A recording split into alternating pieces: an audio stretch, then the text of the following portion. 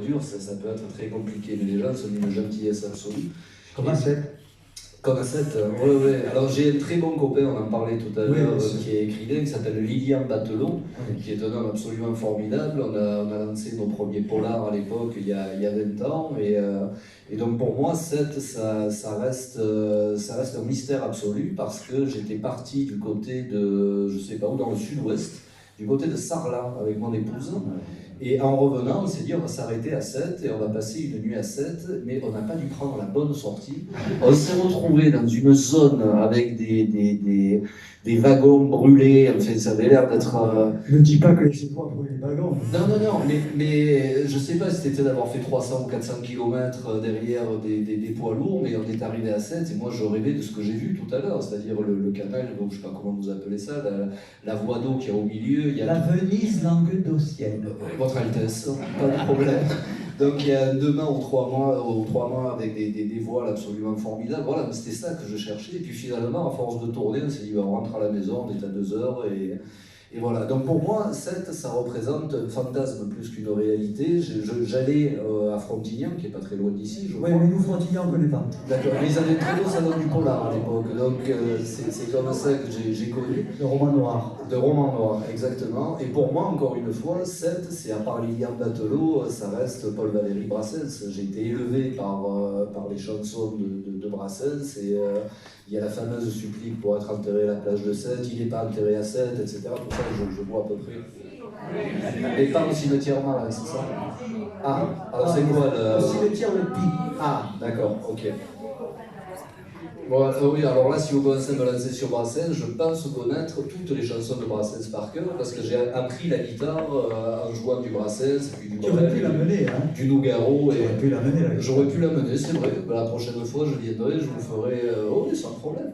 Le week-end prochain, je suis en Belgique, à Bruxelles, je fais une rencontre spectacle sur la musique brésilienne.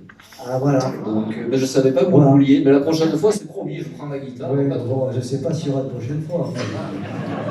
Là, je vais partir tout de suite. Mais tu sais que tu as eu de la chance, Jean-Paul, parce que si vraiment tu étais rentré dans 7, tu avais connu 7, à 7, on t'aurait dit déjà, à 7, on meurt 2 fois. Donc, tu aurais toute l'espérance de vie et tu aurais pu vraiment t'exprimer, parce que 7, c'est pas que de la voile, il y a de très beaux bateaux, c'est le premier port de pêche en Méditerranée. Je fais beaucoup de publicité pour la ville de 7, parce que d'abord, je suis fier d'être à 7, et puis quand je parle de 7, c'est toujours avec beaucoup de plaisir. Et c'est pour ça que je voudrais te faire connaître 7. Je reviendrai très très volontiers parce que visiter, alors évidemment je voyage énormément, c'est mon port d'attache c'est Aix-en-Provence, mais je vais dans le monde entier et je ne sais pas voyager sans avoir quelque chose à faire quelque part. Donc si un jour tu m'appelles et tu me dis je vais te montrer 7 comme tu ne l'as jamais vu et comme on te le montrera jamais. Ah ça c'est sûr. Ça m'intéresse. Voilà, en revanche, si c'est pour aller visiter des musées, c'est très bien, les musées c'est magnifique. Ma mère qui est une folle de musée, c'est une prof à la retraite hyperactive et elle fait un pays en 3 jours, je peux pas moi. Ma façon de voyager, c'est les mains dans les poches et me perdre dans la ville. J'ai la chance de parler 5 langues, donc ça me permet de parler avec beaucoup de gens. Et ensuite, ce qui m'intéresse encore une fois, c'est l'humain, c'est l'humanité. C'est comme pour Monzola, c'est plutôt que d'essayer de me servir du sujet, j'ai essayé de me mettre à sa disposition. Et donc visiter 7 avec des vrais Sétois et pas avec des tours opérateurs, oui, ça a du sens pour moi. Très bien, très bien. Alors, Jean-Paul, comment on sort d'une littérature, puisque tu aimes beaucoup le Brésil, tu as écrit sur le Brésil, tu as écrit sur le livre jeunesse, comment on sort de cette littérature, puisqu'on fait un virage à 50 degrés pour écrire sur Zola? Alors, c'est compliqué. Pour moi, il y a 3 stades dans l'écriture. Il y a auteur, romancier et écrivain. Et c'est sûr que quand je vois, je sais pas, je ne veux pas donner de nom, mais des présentateurs télé ou des joueurs de football ou des gens qui arrivent sur un plateau présenter leur mémoire qu'ils n'ont pas écrite. D'ailleurs, c'est des gens comme moi qui font les nègres, qui écrivent à leur place. Ça, je vous dirai de qui je suis le nègre, mais en privé, parce que juridiquement, je ne peux pas le dire en public. C'est cher d'être nègre? C'est cher? Cher payé? Quand on touche l'argent, ou est-ce que c'est cher humainement? Quelqu'un qui veut faire écrire un livre par un nègre, alors, ça coûte cher. Si parmi vous, il y a des gens qui estiment qu'ils ont des choses à dire, mais ils ne savent pas écrire, etc., etc., je pense, on en parlait tout à l'heure, il y a de la place pour tout le monde dans le milieu du livre. En revanche, il y a aussi beaucoup d'escrocs. Et si on vous demande 1 centime d'euro pour publier votre livre, n'y allez pas. Voilà, ça c'est la seule chose que je puisse vous dire, parce qu'il y a des gens qui jouent sur la corde sensible. On est tous un peu orgueilleux, on se dit tous, on a une vie exceptionnelle, donc on ne veut pas mourir, on ne veut pas partir avant d'avoir laissé des feuillets, des feuillets, des feuillets. Et donc il y a des petits malins qui s'engouffrent là-dedans et qui vous piquent au passage 2000, 3000, 5000 euros en vous disant que votre livre est absolument formidable, qu'il va être à minima le prix Goncourt, c'est quand même la moindre des choses. Il va être présent dans toutes les librairies et au final vous vous retrouvez avec 200, 250 exemplaires d'un livre souvent mal travaillé qui vous aura coûté de 2 à 5 000 euros et que vous ne verrez jamais dans les librairies, sauf dans celles de votre quartier parce que c'est vous qui l'aurez amené. Mais je plaisante pas. Sauf si c'est écrit par Jean-Paul. Si je suis nègre jusqu'au bout, personne ne le sait. Donc, par contre, si je t'envoie des clients, est-ce qu'il y aurait une commission pour le café littéraire? Et oui. Alors, moi j'ai un problème, c'est que j'ai atteint l'âge canonique de 55 ans, n'est-ce pas? Oh, tu es vieux. Et donc, j'estime que le matin, quand je me lève et que j'ai quelque chose à faire, il faut que ça ait du sens. Et pour moi, l'argent doit avoir du sens, parce qu'on ne peut pas écrire sereinement si on a le banquier qui vous appelle toutes les 3 minutes en disant que vous êtes dans le rouge. Donc l'argent doit avoir du sens, mais en l'occurrence, ça pour moi, ça n'en a pas. Il faut, là tout à l'heure, on parlait avec une dame qui m'a raconté son grand-père qui était à Cayenne, en Guyane, en 1903. Voilà, ça c'est quelque chose qui fait rêver, qui commence à enflammer l'imagination. Oui, bien sûr. Donc si moi je n'y retrouve pas mon plaisir, qui passe par autre chose que la carte bleue, je sais qu'aujourd'hui, soi-disant, tout s'achète. Non, tout ne s'achète pas. Le plaisir est quelque chose qui ne s'achète pas, la rencontre humaine, ça ne s'achète pas, l'humanité, ça ne s'achète pas. Donc si tu m'envoies des gens, il y a déjà ici, ils sont envoyés par toi, je les écouterai. En revanche, je dirais oui, si j'ai du temps, et deux, si le sujet pense, enfin, je pense qu'il peut aller dans mon cheminement, dans mon chemin de vie. Non, mais je comprends, c'est très délicat, ces histoires-là. Alors, pour revenir à notre livre, donc pourquoi tu as écrit sur Zola à partir du moment où, plutôt toi, c'est ton dada, c'était l'écriture sur le Brésil, les livres jeunesse, et puis le roman, quoi, en particulier. Pourquoi Zola, exactement? Parce que je n'étais pas prêt, tout simplement. Donc je reviens à ce que je disais. Vous verrez, je fais beaucoup de digressions, je préfère les anecdotes plutôt que de m'écouter parler.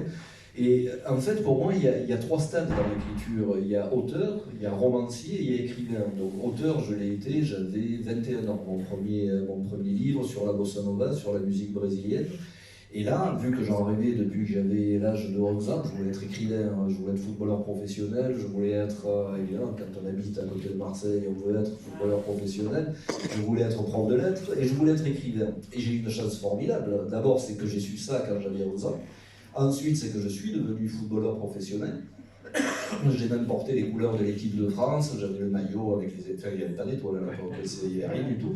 Mais j'avais donc la Marseillaise, etc. Je devais être d'ailleurs le seul jusqu'à 17-18 ans, le seul joueur de haut niveau qui, à la mi-temps, quand le coach commençait à gueuler dans le vestiaire. Qui c'était le coach? C'était monsieur De Paturo, il n'est pas connu, mais je l'ai rencontré il y a. Un nom d'auteur, ça, non? Non, du tout. Et en fait, je vais être le seul qui fumait des gauleuses sans filtre dans les toilettes. C'est parce que j'ai toujours pris le football comme quelque chose d'amusant, mais pas comme une finalité.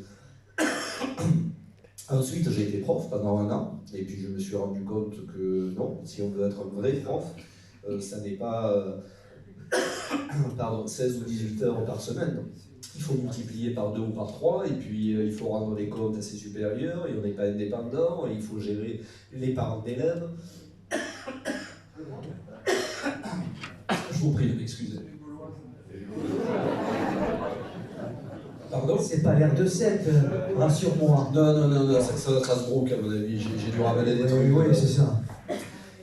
Donc après, j'étais journaliste, j'ai travaillé dans la communication, faire la publicité, la réclame, on appelle ça comme on veut l'escroquerie, quoi. Il faut être clair, mais ça payait très bien et ça me laissait le temps d'écrire. Et donc j'ai sorti mon premier livre à 21 ans, et là je me suis dit je peux mourir, ça y est, j'ai accompli mes 3 rêves, voilà. Et là j'ai commencé à rêver un peu plus haut, c'est-à-dire je me suis dit, Je suis auteur, ça y est, c'est acté. J'ai écrit le premier livre sur la musique brésilienne en Europe, ce qui est une aberration. Encore aujourd'hui, je suis avec Rui Castro, qui est un vieux monsieur à Rio. On est deux spécialistes au monde de musique brésilienne, notamment de bossa nova. Et donc là, je me suis dit, sois fou un peu, essaye de devenir romancier. Quelle est la différence? C'est que on écrit sur la musique brésilienne, sur les potao, sur les naines de jardin, sur ce qu'on veut. On fait ce qu'on appelle des ouvrages de référence. Mais devenir romancier, ça signifie passer de l'autre côté du miroir. C'est-à-dire prendre la réalité telle qu'elle est et inventer une histoire de fiction. Et donc là, mon premier roman, j'avais 35 ans. Donc je pense qu'il faut que la vie vous touche un peu avant de pouvoir commencer à écrire. Et donc j'avais fait 5 ou 6. Et puis là, je me suis dit quand même, je peux mourir, mais il y a peut-être encore un stade à atteindre, c'est devenir écrivain. Donc qu'est-ce qu'un écrivain? Donc pour revenir à ce que je disais tout à l'heure, c'est sûr que si vous voyez Zidane, que j'ai eu la chance de rencontrer, qui est un monsieur formidable qui arrive sur un plateau de télé avec son dernier livre disant, d'ailleurs il ne le dit pas, c'est l'animateur qui dit l'écrivain Zidane, non.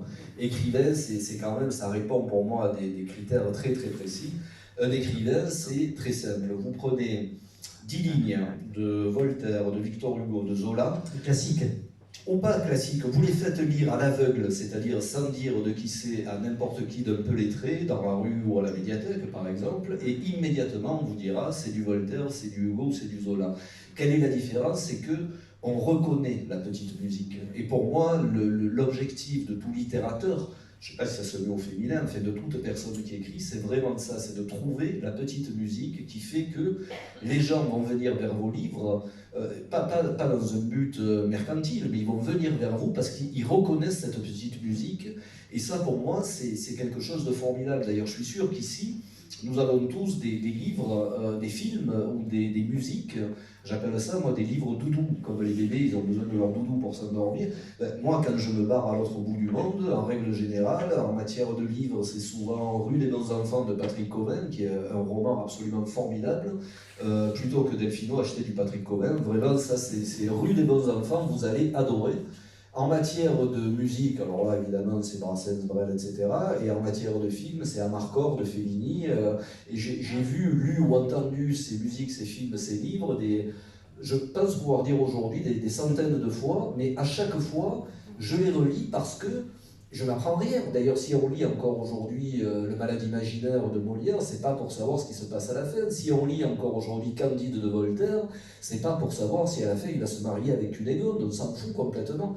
Mais c'est cette musique, c'est quelque chose d'absolument formidable. Et donc, je pense avoir eu besoin une bonne quinzaine de romans et tout le reste que tu as cité, pour devenir un romancier sérieux, non pas qui se prenne au sérieux, mais qui fasse les choses sérieusement. Alors maintenant, ça doit être les cheveux blancs, on dit vous avez bâti une œuvre, bon, si vous voulez, enfin, moi j'écris des livres, hein, après c'est à vous de vous faire votre opinion là-dessus.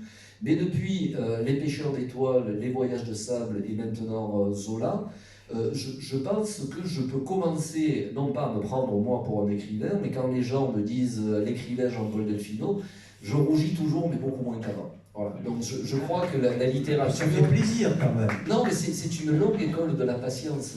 On est tous capables, si on s'énerve un peu, on est tous capables d'écrire 20, 30, 50, 200 feuillets, et puis... Mais écrire quelque chose, en espérant qu'on va réussir à créer un monde qui passe par la musique, donc par le style, mais qui passe aussi par le fond. Si tu veux, j'étais dans les romans historiques, donc moi ce qui m'intéressait c'était de voir quelles étaient les rivières souterraines qui unissaient les deux pays, que sont la France et le Brésil.